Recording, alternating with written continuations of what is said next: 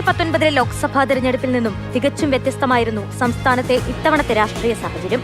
Modi ഗ്യാരണ്ടിയും India മുന്നണി പ്രഭാവവും മാറ്റുരച്ച തെരഞ്ഞെടുപ്പിൽ UDF മികച്ച വിജയം നേടി.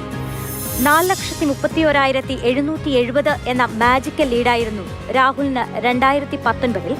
എന്നാൽ ലീഡ് അല്പം കുറഞ്ഞെങ്കിലും കേരളത്തിൽ നിന്നും ഏറ്റവും കൂടുതൽ വോട്ടിന് വിജയിച്ച നേതാവ് ഇത്തവണയും രാഹുൽ ഗാന്ധി തന്നെയാണ്. 3,50,000-ലേറെയാണ് രാഹുൽ ഗാന്ധിയുടെ ഇത്തവണത്തെ ലീഡ്. കൈനിറയെ ലീഡുമായി സമദാനിയെയും ഈറ്റിയെയും പൊന്നാനിയും മലപ്പുറവും പാർലമെന്റിലേക്ക് അയക്കുകയാണ്.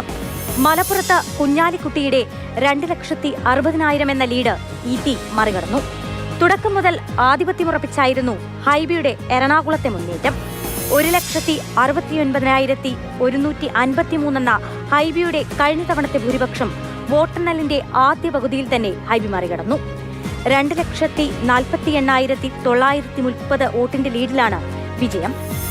കടുത്ത മത്സരം നടന്ന വടകരയിൽ ഷാഫി പറമ്പിൽ വിജയിച്ചത് 1.5 ലക്ഷത്തിനടുത്ത് വോട്ടിന്റെ ലീഡിലാണ്. കഴിഞ്ഞ തവണ കെ മുരളീധരൻ വിജയിച്ചത് 84,663 വോട്ടിനാണ്. കൊല്ലത്ത് പ്രേമചന്ദ്രൻ പതിവ് തെറ്റിച്ചില്ല. കഴിഞ്ഞ തവണത്തെ 1,48,856 എന്ന ഭൂരിപക്ഷത്തിനടുത്ത് തന്നെ ഇത്തവണയും പ്രേമചന്ദ്രൻ ലീഡ് നേടി. ഇടുക്കിയിൽ ഡീൻ കുര്യാക്കോസിന്റെ കഴിഞ്ഞ തവണത്തെ ഭൂരിപക്ഷം 1,71,053 ഇത്തവണയും അതിൽ അല്പം കുറവ് വന്നിട്ടുണ്ടെങ്കിലും ലക്ഷത്തിൽ നിന്ന് ഡീനും പിന്നോട്ട് പോയിട്ടില്ല. കഴിഞ്ഞ തവണ നഷ്ടപ്പെട്ട ലക്ഷത്തിന്റെ കണക്ക് ഇത്തവണ തിരിച്ചുപിടിച്ചിരിക്കുകയാണ് കോഴിക്കോട്ടെ UDF സ്ഥാനാർത്ഥി MK രാഘവൻ.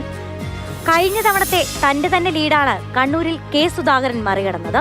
1,70,000-ലധികം വോട്ടിനാണ് കെ സുധാകരന്റെ വിജയം. കഴിഞ്ഞ തവണത്തെ 19-1 എന്ന മാജിക് നമ്പർ നഷ്ടമായെങ്കിലും ലക്ഷം കടന്ന ലീഡിൽ ഇത്തവണയും UDF തന്നെയാണ് മുന്നിൽ.